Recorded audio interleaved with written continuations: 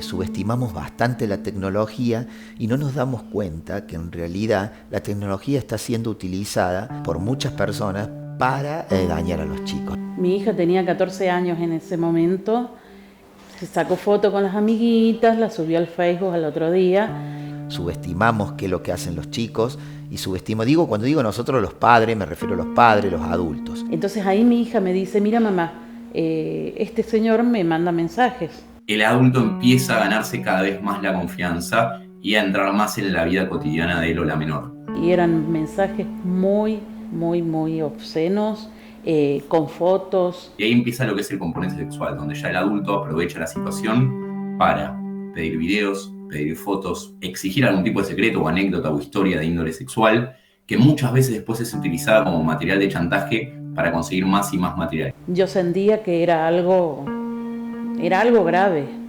porque sentía que era una obsesión que tenía con mi hija. Y ahí ya entramos en un círculo vicioso del que, siendo menor, a veces es muy difícil tener las herramientas para poder salir por su cuenta.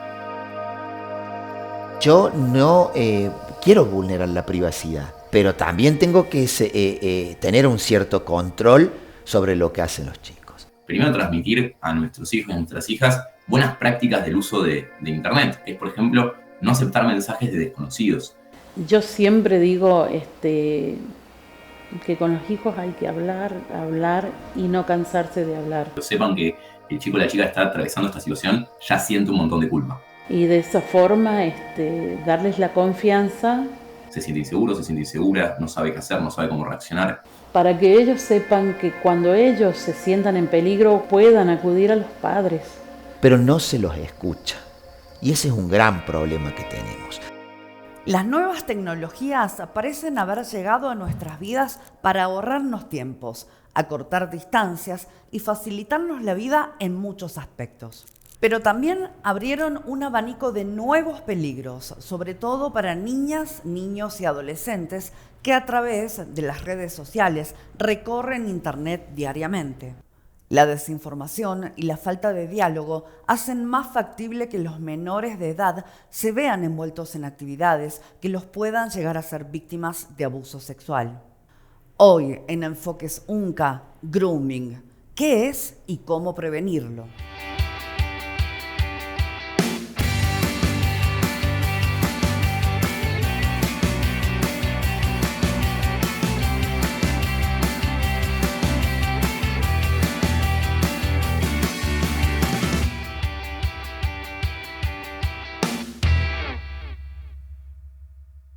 Es asesor de la Dirección Nacional de Políticas y Desarrollo de Internet del Ministerio de Modernización de la Nación. Ha dado charlas en Capital Federal y todo el país acerca de grooming y las herramientas a utilizar para prevenir este y otros ciberdelitos.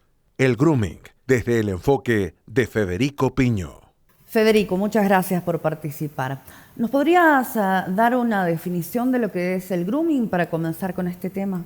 Sí, grooming, de hecho la palabra en sí misma viene del inglés groom, que es como preparar, ir haciendo una preparación de una persona para algo.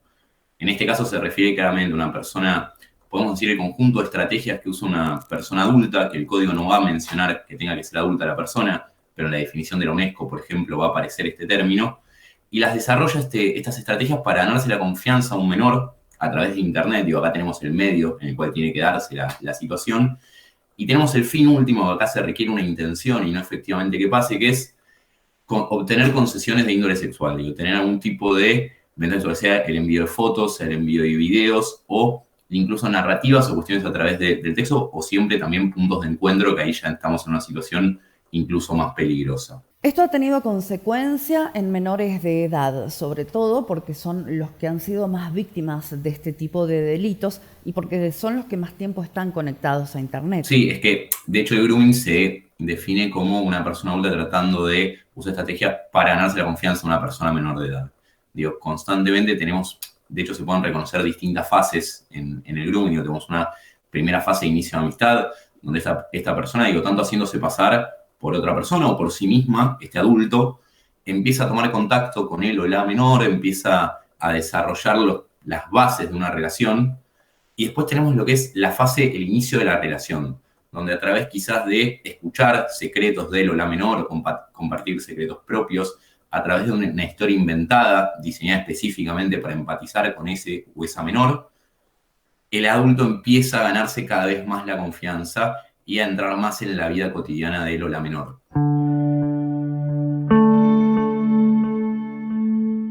Y ahí empieza lo que es el componente sexual, donde ya el adulto aprovecha la situación para pedir videos, pedir fotos, exigir algún tipo de secreto o anécdota o historia de índole sexual, que muchas veces después es utilizada como material de chantaje para conseguir más y más material. Y ahí ya entramos en un círculo vicioso del que, siendo menor, a veces es muy difícil tener las herramientas para poder salir por su cuenta.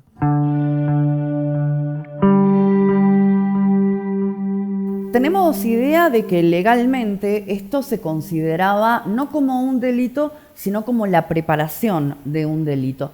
¿A partir de cuándo se cambia esta concepción? A partir del 2013 se sanciona la ley 26904, que incorpora el artículo 131 del Código Penal, que ya define el grooming como un delito autónomo. Sigue pudiendo ser considerado como acto preparatorio para delitos posteriores, porque muchas veces el grooming desemboca en cuestiones todavía peores que suceden como consecuencia del grooming.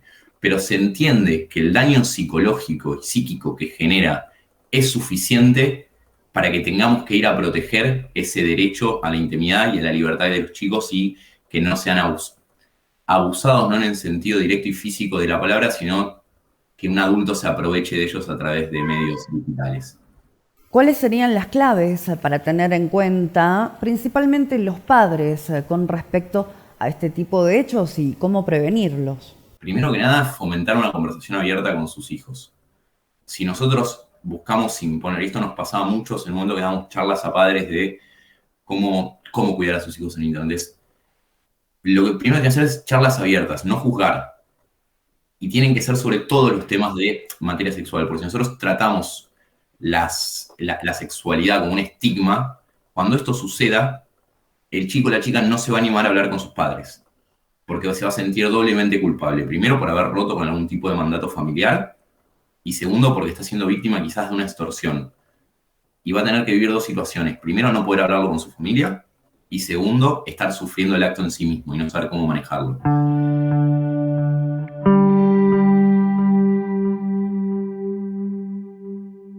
Siempre respecto a estos temas está bueno tener una postura abierta para con nuestros hijos e hijas. ¿Por qué? Porque nos permiten que el día que suceda algo se sientan con la confianza para contarnos. Primero, otras cosas que tenemos que tener en cuenta es, si vemos una actividad que cambia de nuestros hijos, nuestras hijas, los vemos como más taciturnos, más guardados, que tienen uso medio furtivo de la computadora, como que los sentimos con miedo de llegar a casa, miedo de llegar a la computadora, son indicios que nos pueden estar hablando de grooming. Nos pueden estar hablando de otras causas que suceden digitalmente, como también el ciberbullying, pero nos pueden estar indicando esto. Y ahí es importante, primero, transmitir a nuestros hijos y a nuestras hijas buenas prácticas del uso de Internet, que es, por ejemplo, no aceptar mensajes de desconocidos. Y es siempre importante no transmitirlo como un mandato paternal o maternal, sino explicándole los riesgos. Tratar al chico o a la chica como un adulto y explicarle cuáles son los riesgos que existen a la hora de recibir mensajes de extraños, a la hora de aceptar solicitudes de amistad de extraños. ¿En qué riesgo nos ponemos a la hora de subir la localización de dónde estamos cuando estamos en un lugar público? Que le estamos avisando casi al mundo dónde nos encontramos. Algo muy bueno es ayudarlos a entender que está bueno tener las redes sociales cerradas. Todas las redes sociales te permiten determinados niveles de seguridad, tanto Facebook, Instagram, Twitter, la que se les ocurra. Si nosotros la tenemos cerrada, lo que nos permite es decidir nosotros a quién queremos agregar, quién puede ver nuestras imágenes, y que no cualquiera persona simplemente con saber nuestro nombre pueda ingresar y ver la historia de nuestra vida, nuestros gustos, los lugares que frecuentamos, ya que esta es la información de la que después se termina valiendo el adulto que incurre en las conductas de grooming. Siempre la conversación va a ser la principal actividad. Nunca la orden, no es que vamos a no revisar los celulares, no revisar la computadora, porque esto puede incluso empeorar la situación y evitar que realmente nos enteremos de una situación problemática y resolverlo a tiempo, porque de vuelta, muchas veces estas cosas derivan en situaciones aún peores. Claro, porque a partir de esto entra en juego lo que sería la violación de la privacidad de los menores de edad. Sí, ahí es clave por eso construir un ambiente seguro donde se puedan compartir. Es hablar y tener charlas honestas entre el padre y el menor y tratar de entender qué le pasa. No cargarlo con más culpa de la que ya siente. Eso es muy importante para los padres y las madres. Sepan que el chico o la chica está atravesando esta situación, ya siente un montón de culpa. Se siente inseguro, se siente insegura, no sabe qué hacer, no sabe cómo reaccionar, siente que se mandó la cagada de su vida, siente que sus padres le habrían dicho no, cosas así, igual las hizo. Se siente en falta por un montón de motivos y encima está en una situación terrible y que es muy difícil de manejar a cualquier edad y sobre todo a esa edad. Por eso necesitamos conversaciones abiertas y no cargar con más culpa o más reto al o la menor. Bueno, Federico, te agradecemos muchísimo por haber participado, por tu tiempo, por tu explicación y por haber estado en Enfoques. A vos, Natalia, muchísimas gracias.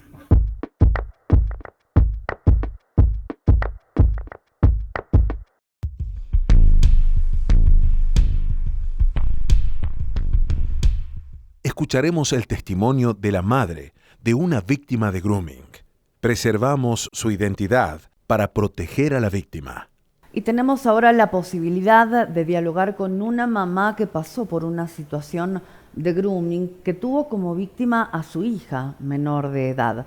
Ella nos va a contar cómo fueron estas circunstancias. Le damos la bienvenida, le agradecemos. ¿Cómo sucedió esto y en qué año? Empezó todo en el año 2013. La situación es la siguiente. Mi hija tenía 14 años en ese momento. Recién empezaba a salir a fiestas de 15 de sus compañeritas, de sus amigas de los otros cursos. Y bueno, ese día, me acuerdo que fue para un Día del Padre, salió a una fiesta de unos 15, se sacó foto con las amiguitas, la subió al Facebook al otro día y bueno, como yo siempre le veía todo lo que ella publicaba, todo lo que tenía en el Facebook, me fijé en esa foto y vi un comentario de una persona que era muy mayor de edad para lo que eran las amistades de ella y bueno, me di cuenta de un comentario que no era apropiado para una niña de 14 años. Bueno, le pregunté a mi hija si ella lo conocía y me dijo que no sabía quién era. Entonces ahí, debido a ese mensaje tan particular, empecé a fijarme más, a prestar más atención, a ver por ahí otros comentarios que hacía. Hasta que en un momento yo le contesté al señor le dije que por favor que no mande esos mensajes porque estaba hablando con una menor y que no correspondía. Él nunca me contestó nada y pasó 1 o 2 semanas y dejó de mandarme, o sea, de hacer comentarios en realidad. Eran comentarios medios desagradables. Pasaron unos meses y a fin de año, en diciembre, él volvió de nuevo. Entonces ahí mi hija me dice, mira mamá, este señor me manda mensajes, me está mandando mensajes de nuevo. Eran por Messenger, ya no le hacía comentarios a las fotos. Eran mensajes por Messenger y eran mensajes muy, muy, muy obscenos, con fotos de su miembro, no, muy desagradable. Entonces ahí yo decido hacer la denuncia. Me fui a hacer la denuncia pero bueno, lamentablemente no trascendió, no pasó nada porque no me dieron bolilla, digamos. No hicieron nada. Claro, y estamos hablando de hace algunos años atrás, cuando todavía no se conocía el término, no se hablaba popularmente de esto. Porque era un tema, la palabra grooming no la conocía nadie. Algunos decían ciberacoso, pero ¿qué es eso? Y era una palabra que la gente no la conocía. O sea, aparte no entendía mucho, no entendían bien de qué se trataba. Incluso la gente no sabía que eso es un delito. ¿Y continuó el acoso con el paso de los meses? Sí, después de la primera denuncia, quizás un mes más, que ya vino el año 2014, en enero él dejó de mandar mensajes, dejó de mandar fotos, o sea, dejó de acosarla. A todo esto mi hija nunca le contestó, incluso él por ahí era como que en su insistencia como me da la impresión que se enojaba porque le decía contestame, contestame, y ella nunca le contestaba. Bueno, dejó de molestar al año siguiente, en enero de 2015, entonces bueno, uno como que se tranquilizó, como que bueno, ya está, se dio cuenta que no tiene que molestar, pasó 2015, pasó el 2016, y en el 2016, si mal no recuerdo, en agosto más o menos, él volvió a la carga. Volvió, digo a la carga porque volvió con la punición muy pesada. Volvió con todo, a mandar mensajes, a mandar fotos, y bueno, ahí yo decido, en el primer mensaje que él manda, mi hija me dice, mira mamá, me volvió a mandar mensajes este hombre, entonces apenas él empieza a mandar mensajes, yo hice las capturas de todos los mensajes, me fui a la unidad judicial, hice la denuncia y bueno, es como un peregrinar corto fue porque más o menos en 2 semanas logré que me dijeran a qué fiscalía había ido la denuncia, qué fiscal tenía la causa, y entonces empecé yo a moverme yo, a hacer yo los trámites, a pedir por favor que me dieran bolilla, porque yo sentía que era algo grave, porque sentía que era una obsesión que tenía con mi hija. Entonces, bueno, me asesoré, busqué ayuda y bueno, de esa forma tomamos coraje y le dije a mi hija, contéstale todos los mensajes. O sea, empezó a contestar asesorada por mí, hasta que pude juntar todas las pruebas para que el fiscal pudiera ordenar el allanamiento. A todo esto el fiscal no sabía de mi primera denuncia en el 2013, porque nunca la habían pasado para fiscalía. Bueno, entonces ahora lo que el fiscal hizo fue adjuntar esas 2 denuncias, o sea, como que había un poco más de peso. Y bueno, con esas pruebas que junté, el fiscal ordenó el allanamiento, lo allanaron, estuvo detenido, encontraron de todo. Juguetes sexuales, pornografía infantil, pero muchísima, ropa de niños, ropa interior de niños, fotos de niños, mucho material pornográfico y lo que más abundaba era la pornografía infantil. Y que se haga justicia, lo que para mí sería que él le den una condena, pero una condena que sea ejemplar, que sea la pena máxima y que sea efectiva. Y no solo para mí, no solo por mi hija, sino por muchos niños y niñas, porque no solamente las niñas corren peligro, los niños también. Hay muchos niños que quizás no pueden o no tienen la forma de comunicarse con sus padres, porque no tienen la confianza, por muchos motivos. ¿Qué le recomendaría a los padres que están atravesando una situación como esta o cómo prevenir? Yo siempre digo que con los hijos hay que hablar y no cansarse de hablar. Y de esa forma darles la confianza para que ellos sepan que cuando ellos se sientan en peligro o cuando vean algo raro o algo que no corresponde, puedan acudir a los padres, porque los padres son los únicos que realmente te van a ayudar. Brindarles la confianza, que ellos no tengan miedo de contar algo. Y bueno, y para tener esa confianza también hay que informarlos y decirles, eso está mal, pero no es algo malo que sea tuyo, está mal de parte de la otra persona, esa persona está obrando mal, está haciendo algo que no se debe hacer, vos no tenés culpa de nada, vos no sos responsable de nada, porque tengo entendido, sí, seguramente a veces se sienten culpables o tienen miedo de de que se los rete porque quizás algo hiciste vos para que te manden, porque en esta sociedad machista se piensa así. Entonces, eso sería primordial, que ellos sepan que no tienen responsabilidad de nada, que no tienen culpa de nada, y de esa forma que no tengan miedo para que puedan contarle a la familia, ya sea la madre, el padre o quizás algún hermano, que a veces hay mucha confianza entre los hermanos. Eso, básicamente eso, y que siempre les crean a sus hijos, porque los niños no mienten. Tengan 13, tengan 14, tengan 2, 3, en esas situaciones los hijos nunca mienten.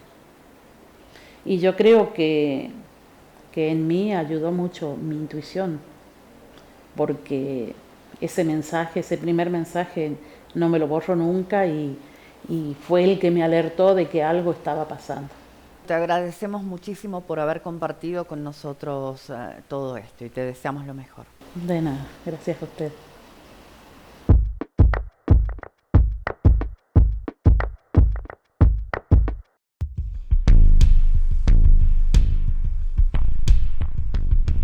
Juez de responsabilidad penal juvenil y profesor en la Facultad de Derecho de la UNCA. Es un referente en materia de grooming y otras complejas problemáticas que sufren los niños, niñas y adolescentes en Catamarca.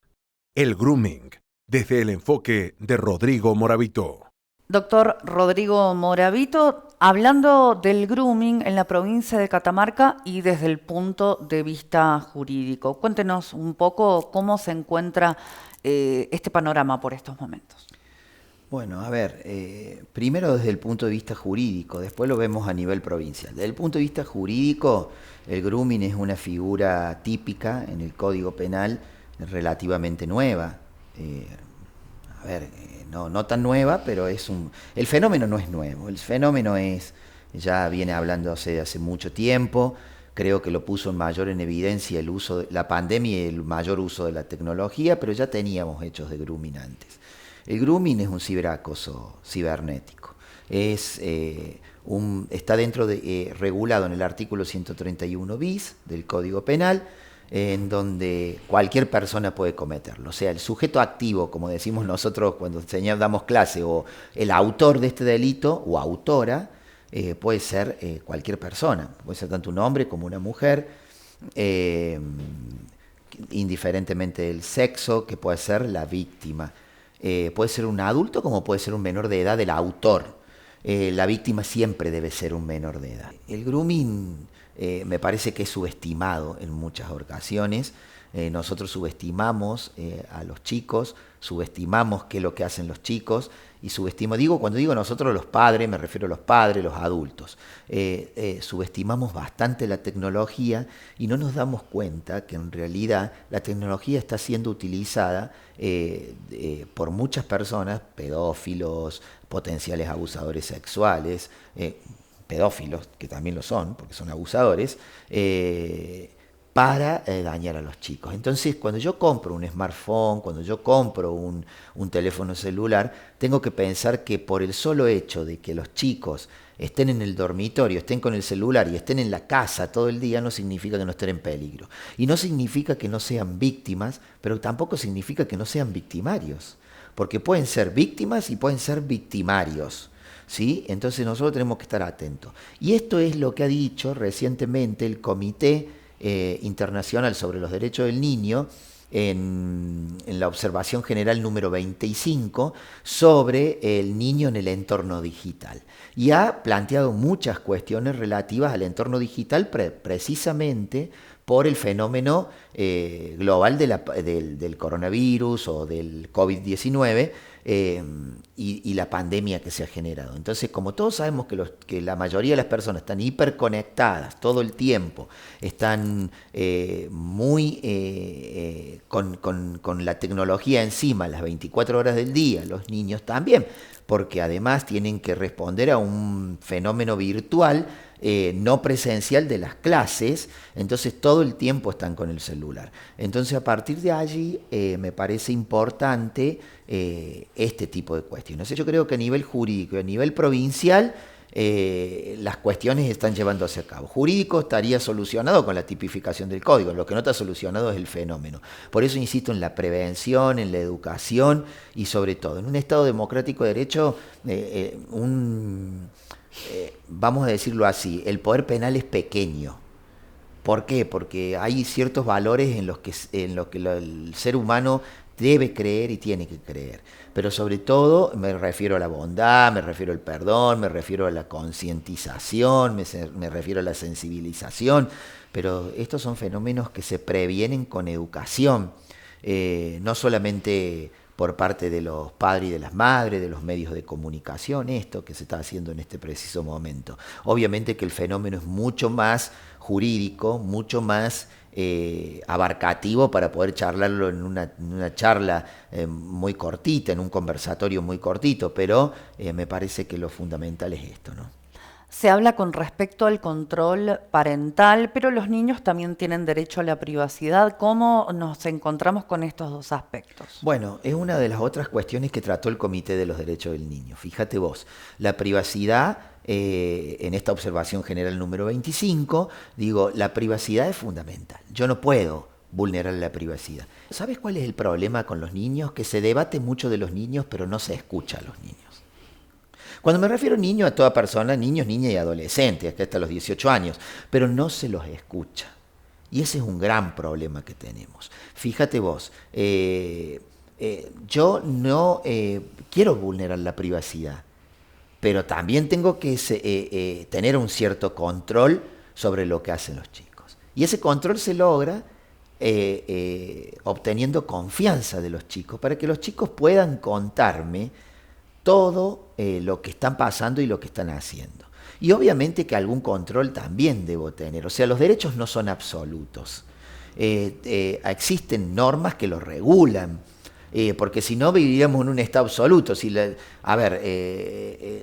privacidad fuera absolutamente absoluta, entonces no podríamos tener ningún tipo de constancia de un montón de cuestiones. Si la libertad fuera absoluta, entonces ¿por qué existe la privación de la libertad? Y así sucesivamente. Entonces me parece que la privacidad hay que respetarla, pero yo tengo que primero generar un clima de confianza con mi hijo, con mi hija, para que ellos puedan dialogar conmigo. Dialogar, ponerle en conocimiento cuáles son los pros y cuáles son los contras de esto, que hay muchos contras, cuáles son los peligros que existen en la web, cuáles son estas cuestiones y circunstancias a las que ellos se enfrentan, que no todo es lindo, que no todo es tan bonito y que hay peligros latentes a los cuales ellos tienen que estar atentos. Si pasa algo, contámelo. Fíjate vos, pasa con el abuso sexual. El abuso sexual nosotros hemos generado un clima sobre los chicos, que los chicos le hemos generado miedo y culpa.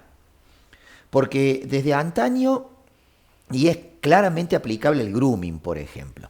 Desde antaño nosotros le decíamos a los chicos, mirá, nadie te puede tocar, absolutamente nadie. Solamente tu papá y tu mamá, y papá y mamá. ¿Y sabes qué? Y si alguien te toca, me lo contás ya quiero saberlo. Y si eso pasa, yo lo mato. Bueno, 3 cuestiones. La primera es, los chicos los pueden tocar. A los chicos los pueden abusar porque de hecho ocurre mucho. Y no generalmente pasa. Y a veces puede ser el propio padre, a veces la propia madre, a veces el abuelo, a veces el tío, a veces el primo. El 80% de los casos de delito contra la integridad sexual ocurren en el ámbito intrafamiliar, incluso por un ser querido. Entonces, si el chico, vos le dijiste, nadie te puede tocar, y lo tocaron, ya tiene miedo. Y el chico no te lo cuenta, o la chica no te lo cuenta inmediatamente. Entonces ya tiene culpa, porque no te lo contó, porque tienen procesos. Y esos procesos tienen que esperar, porque no todos los chicos cuentan. De hecho, lo mantienen en silencio mucho tiempo. Y de hecho, hasta a veces no se denuncia por el estigma o la etiqueta que significa denunciar. Entonces, ahí tengo miedo y tengo culpa. Miedo porque me tocaron y no me tenían que tocar. Culpa porque no lo conté inmediatamente como me lo dijeron. Y la tercera es que si en más del 80% de los casos se ocurre en el ámbito intrafamiliar por seres que generalmente los chicos tienen cariño, quieren o aman, entonces si vos le dijiste lo mato, ¿y cómo van a matar a un ser querido? Porque a veces ellos tienen esas confusiones también. Entonces, yo lo que tengo que hacer para que los chicos me cuenten todas estas cuestiones relativas a la integridad sexual es precisamente esto. Es quitarles el miedo, quitarles la culpa y decirle, mira, nadie te puede tocar, pero si te tocan, puede pasar que te toquen. Vos, tranquilo, contámelo cuando puedas. Y yo no voy a hacer nada, solamente voy a procurar que nadie lo vuelva a hacer.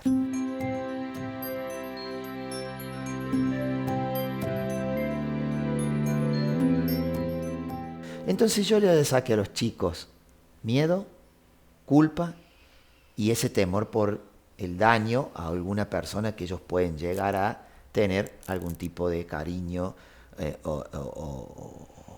o algún tipo de amor hacia esa persona, porque puede pasar. Entonces, me parece que nosotros, eso se logra con el diálogo, y romper estructuras muy antiguas, anacrónicas, que ya no nos llevan a la solución de nada, ¿no? Bien, doctor, le agradecemos mucho por habernos dedicado este tiempo y haber explicado estos conceptos y por haber estado en nuestro programa. Muchas gracias. Por favor, es un placer. Muchísimas gracias a ustedes. Tanto los especialistas en la materia, así como las víctimas de este tipo de ciberdelitos, remarcaron la importancia de sostener un diálogo permanente con los niños y adolescentes y poder evitar de esta forma que los chicos caigan en manos de los predadores sexuales, que lamentablemente abundan en Internet. Nos gustaría que nos cuentes qué te pareció este video, que nos des tu me gusta y también que te contactes con nosotros a través de comentarios y nos encuentres en YouTube y en las redes sociales. Nos encontramos en el próximo programa. Existe una violencia constante en las relaciones de géneros del hombre y la mujer. O sea que el lugar de mayor peligro de la mujer termina siendo su propia casa. Cuando la mujer tiene el derecho a la información, digamos, ¿no? Ella va a poder decidir con autonomía lo que quiere hacer. Hoy en Enfoques, violencia de género. ¿Cómo funcionan las estrategias de prevención en las instituciones?